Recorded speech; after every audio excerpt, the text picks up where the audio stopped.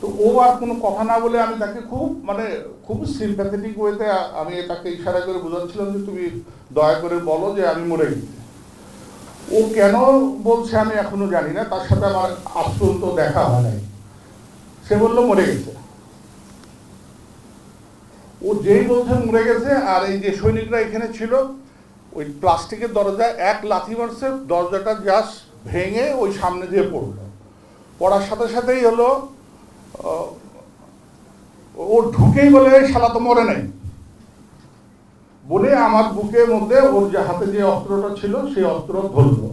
কিন্তু কেন যে ট্রিগার টিপি নাই আমি কিন্তু এখন পর্যন্ত জানি না। ট্রিগার আমার বুকের মধ্যে একদম ব্যারেল ধরে সে কেন ট্রিগার টিপে নাই আমি কিন্তু আজ পর্যন্ত এটা বের করতে পারি নাই। আমি যখন দেখলাম কয়েক সেকেন্ড ও গুলি করে নাই, আমি তখন ব্যারেলটাকে এইভাবে ধরে আস্তে করে উপরে তুলে আমি উঠে, ওইটা শর্টখাটো ছিল, ওকে আমি এমনভাবে জাপটে ধরে ওই দরজার বাইরে বের করে ফেললাম। তো বের করে আমি ভাবলাম যে আমাকে তো মেরেই ফেলবে, তো অন্তত একটাকে নিয়ে মরি। তো আমি আমার যতটুকু শক্তি আছে শরীরে ওকে চেপে ধরলাম যে ওকে চেপেই মেরে ফেলবো। এর মধ্যে ওর শ্বাসকষ্ট হচ্ছিল সৈনিকটার, যেহেতু আমি আমার সব শক্তি দিয়ে ওকে ধরছি। ও তখন বললো যে আমাকে ছেড়ে দেন, আপনাকে মারবো না। এই প্রথম বললো যে আপনাকে মারবো না, আপনি আমাকে ছেড়ে দেন। আমি কিন্তু ওর কথা শুনতেছি না, আমি যত পাচ্ছি ওকে আরো চাপ দিচ্ছে যেন মারা যায়। কিন্তু ওর পিছনে আরো দুইজন সৈনিক ছিল, ওরা তখন বললো যে এই ছেড়ে দেন, আরো তোকে গুলি করতেছে। তো আমি দেখলাম যে ও তো ইচ্ছা করলে দুই পাশে এসে আমাকে গুলি করলে তো আমি মারাই যাব। তো তখন আই লুজেন মাই হ্যান্ড, আমি হাতটা ছেড়ে দিলাম। তখন ওই যাকে ধরেছিলাম সে আমাকে বললো যে স্যার আপনাকে মারবো না, আপনাকে কোটাঘাটে নিয়ে যাবো, বেরোয় আসেন বলে আমাকে হাত উপরে তুলে আমি যে দিক দিয়ে ঢুকেছিলাম সেদিক দিয়ে টয়লেট থেকে বের করলো। বেরোয় আমি প্রথমেই ডান দিকে তাকালাম, কারণ আমি জানতাম যে দিদিকে ওই জায়গায় দিদির লাশটা পড়েছিল, যখন ওনাকে মারে ওখানে পড়েছিল। আমি তাকায় দেখলাম দিদির ডেড বডি ওখানেই পড়ে আছে। বাঁয়ে তাকায় দেখলাম যে আমার কয়েকজন পরিচিত ডেড বডি আমার সামনে একদম, আমি যেখানে দাঁড়াইছি তার নিচেই পড়ে আছে। ওখানে এরশাদ স্যারের ডেড বডি ছিল, মুশিয়রের ডেড বডি ছিল, আরো আমি যাদের ছিলি সব ওখানে পড়ে রয়েছে।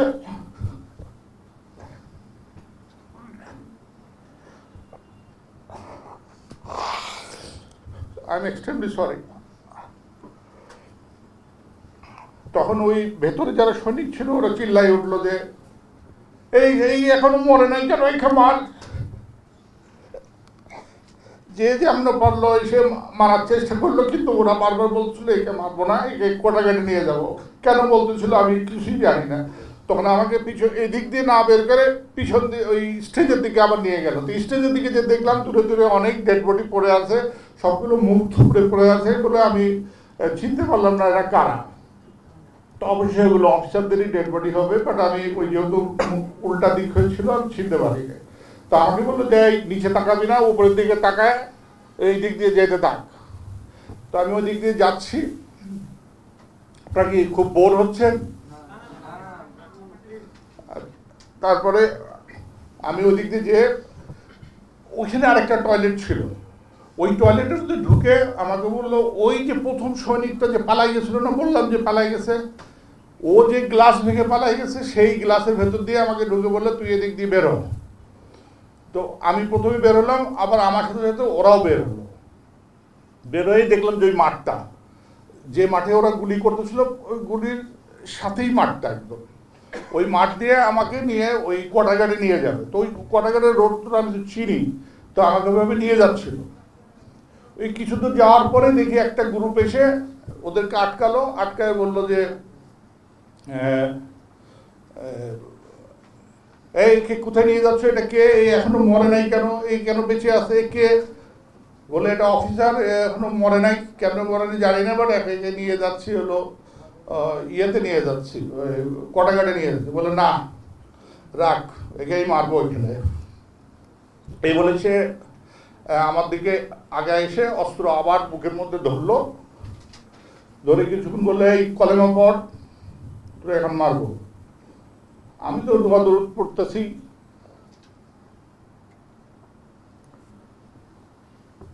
হঠাৎ সে বললো যে যা তোরে ছেড়ে দিলাম, যাইতে নিয়ে যা বলে আমাকে আবার ওরা নিয়ে যাওয়া শুরু করলো। ও কিন্তু আর গুলি করলো না, করে আবার যেতে যেতে দৌড়ে যাচ্ছি। ওই মাঠের মধ্যেও আরো কয়েকটা ডেড বডি দেখলাম পড়ে আছে, কাদের বলতে পারবো না। এই করে ওই যে আমাদের যে রাইফেল ব্যাটালিয়ন ছিল যেটা, সেখান দিয়ে যেয়ে আমি যখন ওই রোডে মাঝে আসছি, ওখানে দেখলাম যে একটা পিক আপ এলএনজি নিয়ে দাঁড়ায় আছে। ওরাও সেম বললো যে একে নিয়ে যাওয়া যাবে না, এই তোরা সর, ওকে গুলি করবো। ওরা যতই বলতেছে না, ওই দরবার হল থেকে বলছে কোটাঘাটে নিয়ে যেতে, বলে না কোটাঘাটে যাবে না, একে এখানেই মারবো। এর মধ্যে দেখলাম একজন সৈনিক আমার কাছে মাথায়, ও অবশ্য মোটরসাইকেলে হেলমেট পরা ছিল লাল রঙের, মুখে ফুলের টুকরো যেও না, একটা বড় হাতুড়ি নিয়ে আমার দিকে আগায় আসতেছে। তো ওর আগানো দেখে আমি যখন ভাবতেছিল এই বুঝে তাহলে হাতুড়ি দিয়ে আমাকে মারবে মনে হয়। তো আমি আল্লাহ কাছে বলছি, আল্লাহ তুই আমার গুলি করে মারো, ওই হাতুড়ি দিয়ে যেন আমাকে না পিটায়। ওই শরীরটা দেখলাম আমার সামনে এসে হঠাৎ করে সে বললো যে স্যার আমি আপনাকে চিনি, কিন্তু আপনাকে এখান থেকে বাঁচাবো কেমন করে। আমি প্রথম ভেবে ওর কথা বিশ্বাস করতেছিলাম না। আমি তো ওকে চিনতে পারছিলাম, যেহেতু হেলমেটের মধ্যে আছে আমি চিনি না। পরবর্তীতে আমি জানছি ও হচ্ছে সিপাহী নজরুল, আমার সাথে কোনোদিন চাকরিও করে নাই, বাট সে ছিল ওই আরপি ছিল, রেজিমেন্টাল পুলিশ। তো ওই গেট দিয়ে গেলে পরে মাঝে মাঝে হাই হ্যালো হয়েছে, এছাড়া তার সাথে আমার তেমন কোনো পরিচয় নেই। তো সে আমাকে, আমি তাকে বললাম তুমি আমাকে কোনো রকমে গেটের বাইরে পার করে দাও। বললো স্যার এটা সম্ভব না, এটা গেলে আপনাকেও মেরে ফেলবে, আমাকেও মেরে ফেলবে। পরে সে আমাকে ওই ধাক্কা মেরে নিচে ফেলাই দিয়ে ওদেরকে বলে যা তোরা যা, আমি একে ব্যবস্থা করতেছি বলে আমাকে টেনে ওই পাশে যে বিল্ডিং ছিল ওই বিল্ডিংয়ের মধ্যে ঢুকালো। ওইটাই ছিল রাইফেল ব্যাটালিয়নের সিওর অফিস। ওর ভিতরে ঢুকায় বললো চলেন আপনাকে স্যার উপরে নিয়ে যায়।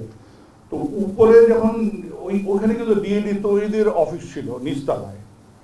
ডান দিকে যখন যাই তখন দেখতেছিলাম যে তার আগেই বোধহয় ডেড বডি সবখান থেকে নামিয়েছে, সব ব্লাডগুলো তখন শুকায় নেই, কাঁচা ব্লাড। ওই যে লাশ টানলে আপনার ব্লাডগুলো সিঁড়িতে দাগ থাকে না, ওই ব্লাডগুলো তখনও কাঁচা আছে। তো আমি আর উপরে ওঠার সাহস করতেছি না, কারণ আমার কাছে তখন মনে হলো যে উপরে নিয়ে যেয়ে মারবে মনে হয়। এর আগের ডেড বডিগুলো বের করে ফেলছে, এখন বোধহয় আমাকে মারবে। তো আমি আর সিঁড়িতে পা দিচ্ছি না। তো ও আমাকে বললো যে স্যার উঠছেন না কেন, উঠে আসেন। তো বাধ্য হয়ে আবার ওর কথা শুনে উপরে উঠলাম। তো আমি উপরে উঠে তাকায় দেখলাম যে ওই রাইফেল ব্যাটালিয়ন সিওর অফিস থেকেই ডেড বডিগুলো বের হয়েছে, একদম ওই ব্লাডের দাগগুলো সব আছে। তার মানে ওখানেই কোনো অফিসার ছিল, তাকে মারছে। মেরে আমাকে উপরে নিজেদের 4 তলায় নিয়ে গেল।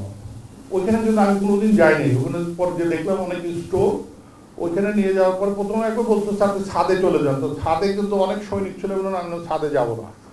তখন ওখানে একটা টয়লেটে নিয়ে গেল। টয়লেটে প্রথমে ঢুকতেই একটা বেসিন ছিল, বেসিনের পরেই টয়লেট। বললো ও কিন্তু ওই টয়লেটটা ঢোকে না, তার আগেই বললো যে আপনি ভেতরে ঢোকেন। তারপরে চলো ও চলে গেল। তো যাওয়ার সময় বললো যে আপনার মোবাইল নাম্বার দেন। আমার কাছে তো মোবাইল নাই। তখন বললো যে তাহলে আমি যাই স্যার, বেঁচে থাকতে দেখাবো। তখন ওকে আমি জিজ্ঞেস করলাম যে তোমার নাম কি। ও র্যাঙ্ক ট্যাঙ্ক কিছু বললো না, শুধু বললো যে নজরুল। বলে আমি আস্তে করে ওই টয়লেটটা খুললাম। টয়লেট খুলে ভেতরে ঢুকেই দেখি টয়লেটের মধ্যে ডিএডি তহিদ লুকায় আছে। আপনারা যে ডিএডি তহিদ আপনারা যার কথা শুনেছেন যে এটার সাথে জড়িত, ও কিন্তু ওই টয়লেটের মধ্যে লুকায় আছে। ওকে দেখে আমি বললাম তুমি এখানে কেন?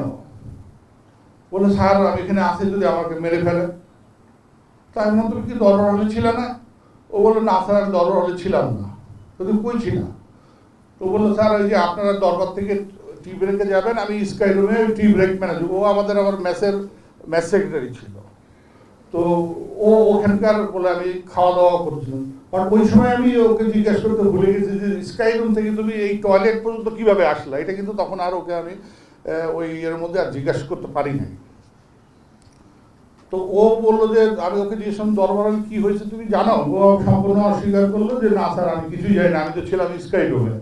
তখন কিন্তু এই যে আপনাদের যে গল্পগুলো বললাম, আমি কিন্তু ওই সব গল্পগুলো ওকে কিন্তু ওই পুরো ঘটনাটা আমি ওর কাছে বলি যে এই ঘটনাগুলো ঘটেছে ওখানে। তো ওকে আমি বললাম তুমি এগুলো কিছু জানো না, বললো না স্যার আমি তো পালাই এখানে লুকায় আছি। তো যাই হোক ওখানে বসে থাকতে থাকতে ওর সাথে আরও অনেক ঘটনা আছে, সেগুলো আমি বললাম না, ছোটোখাটো। এর মধ্যে দেখলাম যে 2টা কি 2:30টার দিকে দেখলাম কে যেন আসতেছে। ওর মধ্যে ও আবার বললো স্যার দুইজনে যদি টয়লেটে থাকি তাহলে হয়তো কেউ আসলে মেরে ফেলবে, তা আমি একটু দূরে আপনার থেকে বসি, আপনি টয়লেটের ভেতরে থাকেন। ওর বাইরে বেসিনের সামনে যেয়ে বসলো। তো দেখলাম কিছুক্ষণ কে যেন আসতেছে, ও বেরোয় গেল। দেখলাম ওদের দুইজনের মধ্যে খুব কথা কাটাকাটি হচ্ছে, বাট কী কথা কাটাকাটি হচ্ছে আমি এটা বুঝতে পারতেছি না। তো আমার ওই সময় ধারণা হয়েছে যে বোধহয় ও বলছে ভেতরে ওই কর্নেল জামান আছে, আমাকে মারে নাই কেন, এই নিয়ে বোধহয় কিছু হচ্ছে, এটা আমি যখন বলছি আর কি। তা আমি কিন্তু একদম দরজার ফাঁকে লুকায় আছি। এর মধ্যে দেখলাম যে আস্তে আস্তে ভেতরে একজন ঢুকলো। তো ওকে দেখে আমি দেখলাম যে ডিএডি রহিম, ও আমার কোয়ার্টার মাস্টার ছিল। আমি যখন সিগন্যাল সেক্টর কমান্ডার ছিলাম তখন হচ্ছে সে আমার কোয়ার্টার মাস্টার ছিল। তো আমাকে এসে স্যালুট করে বললো যে স্যার আমরা এখন যাচ্ছি, আমাদের জন্য দোয়া করেন। তো আমি জিজ্ঞেস কোথায় যাচ্ছ, বলে স্যার প্রাইম মিনিস্টারের কাছে ডাকছে, আমরা সবাই যাচ্ছি, আমরা ওখানে ওনার প্রতিনিধি হিসেবে ওখানে যাচ্ছি। তো ওই সময় আমি কিছুটা সেলফিশের মতো ওকে বললাম যে তুমি এক কাজ করো, তুমি যাও, ওই তহিদকে আমার সাথে রেখে দেবে না, তহিদ যদি চলে যায় তাহলে তাকে মেরে ফেলবে। বলে না স্যার থাকা যাবে না, আমি একবার যাবো না বলছি, এই দেখেন স্যার আমার পায়ে এমন করে মারছে যে হলো আমি হাঁটতে পারছি না। আমি দেখলাম সে একটু খুঁড়ায় হাঁটতেছে। এই যে ডিএডি তহিদি আর ওই ডিএডি রহিম চলে যাওয়ার সময় সে আমাকে বললো স্যার দোয়া করেন, ইন্নাল্লাহ মা সাবিরিন আর ইন্না লিল্লাহি রাজিউন, এটা পড়তে থাকেন স্যার, বেঁচে থাকলে আমার দেখা হবে। এই বলে কিন্তু তহিদ আর হলো ডিএডি রহিম ওই ঘর থেকে চলে গেল। এই যে গেল, আমি ছাড় পাওয়া পর্যন্ত কিন্তু আর ওরা আমার এখানে আসে নাই, বা আমাকে বাঁচানোর জন্য ওরা কেউ আসে নাই, বা কাউকে আমাকে ধরে নেওয়ার জন্য এখানে কাউকে পাঠায় নাই। আমি কিন্তু পরবর্তীতে আমি একটু শর্ট করতেছি যে পরবর্তীতে আমি ওখানে ধরা পড়ি। পরের দিন আরেক গ্রুপ সৈনিকের কাছে আমি ধরা পড়ে যাই, ওখানে ওর ভেতরে আমি লুকিয়ে আছি। এর মধ্যে অনেক ঘটনা আছে, আমি ছোট করে শর্ট করে বলছি। এর মধ্যে তারা আমাকে প্রথমে মেরে ফেলবে বলে গুলি করা শুরু করলো, কিন্তু পিছন থেকে আরেকজন সৈনিক এসে বললো যে ডোন্ট শুট হিম, ইংলিশেই বলছে। ওই লোকটাকে আমি এখনো দেখি নাই, বাট দেখলে আমি এখনো চিনবো, কালো করে গোলাকার মুখ। বাট আমি অনেক খুঁজছি মিডিয়ারে, তাকে কিন্তু আমি পাই নাই। বাট ইংলিশে কথা বলতেছিল, ডোন্ট শুট হিম। দিয়ে আমাকে বললো যে স্যার ফলো মাই ইনস্ট্রাকশন। দিয়ে আমি কি করতে হবে বললো যে আপনি দৌড়ে দাঁড়ে করেন। তো আমি তো যতটুকু করার চেষ্টা করতেছি, সে বললো স্যার এইটা আপনার দৌড়ে দাঁড়ে আরও জোরে করেন। এর করে আমাকে সে উপর থেকে নিচে নামালো। নিচে নামানোর পরে আমি যখন রাস্তার কাছে আসছি তখন দেখি যে হলো সব সৈনিক ভরা, আর একটা পিক আপ দাঁড়ানো আছে। আর আমাকে দেখার পরে মনে হলো যে মৌমাছির মতো সব দৌড়ায় আসলো যে এই শালা এখনো মরে নাই কেন। সবারই একই প্রশ্ন, এ এখনো মরে নাই কেন। তো যাক, এর মধ্যে আমি একদম নিথর হয়ে আছি, আমি আর কিছু বলছিও না, কথা কোনো কিছু বলছি না। সব বলার পরে আমি যখন হঠাৎ পিক আপের দিকে তাকাই দেখি আমার যে একজন সিগন্যাল সেক্টর কমান্ডার ছিল, আমার যে ড্রাইভার সিপাহী আজাদ ওই গাড়ির মধ্যে বসা। তো আমি ওর দিকে এমনভাবে তাকাইছি যে ছেলেটাকে আমি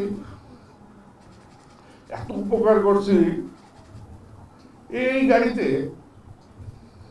এবং কিচ্ছু বলছে না কিন্তু যে আমার স্যারকে মানিস না বা কিচ্ছু বলছে। যাক, এটা বোধহয় আল্লাহরই রহমত। হঠাৎ দেখলাম যে ও ওখান থেকে বললো যে এই স্যার কেউ মারবি না।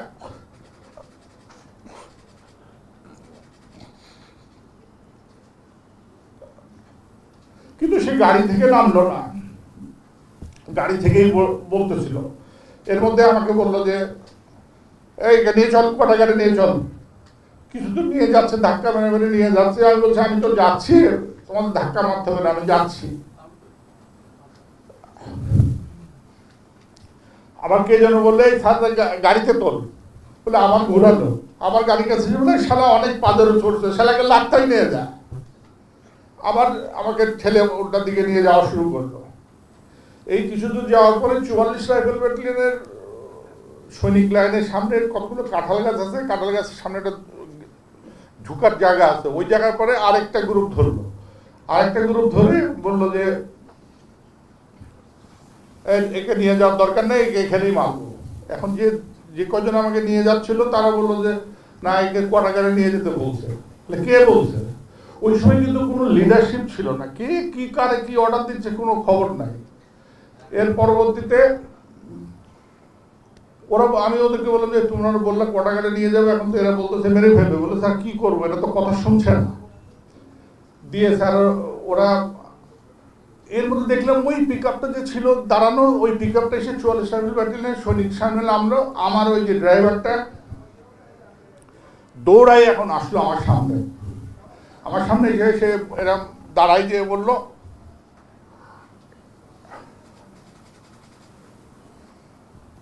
যে স্যারকে কেউ মারবি না বলে সে আমাকে ধরে, এখন ওদের কাছ থেকে ওই আমার ড্রাইভার নিয়ে নিল, নিয়ে আমাকে ওই কাঁঠাল বাগানের ভেতর দিয়ে ওই কোয়ার্টারে যাওয়ার শর্টকাট রাস্তা ছিল, ওখান দিয়ে আমার নিয়ে যেতে। এই যে যখন আমি যাচ্ছি এই মুহূর্তে হঠাৎ একটা সৈনিক দৌড়ায় এসে তার ওই স্টিলের হেলমেট দিয়ে এমন জোরে আমাকে এখানে হিট করলো যে আমি টলে নিচে পড়ে গেলাম। ওই আমার ড্রাইভার তাড়াতাড়ি তুলে বললো স্যার খুব বেশি লাগছে। আমি তখন মাথা আমার ঘুরছে, আমাকে বললো স্যার যেতে পারবেন আপনি কোয়ার্টার? তা আমি বললাম যে আমাকে একটু ধরো, আমি তাহলে যেতে পারবো। ও ধরলো, আমি ওই ওর সাথেই দৌড়ে দৌড়ে কোয়ার্টারে গেলাম। কোয়ার্টারে যাওয়ার পরে আমাকে আমার কাছে যা যা ছিল, ওই মোবাইল নেওয়ার পরে মানি ব্যাগ আর যা যা ছিল সব ওখানে নিয়ে আমাকে প্রথমে একদম কর্নারে কোয়ার্টারে ঢোকালো। ওই কোয়ার্টারের যে ঢুকে দেখলাম আমার অনেক পরিচিত ভাবি টাবি, ওই এলাই ভাবি ছিল, আরো অনেকেই ওই কোয়ার্টারের মধ্যে ভর্তি সবাই ছিল। তো আমাকে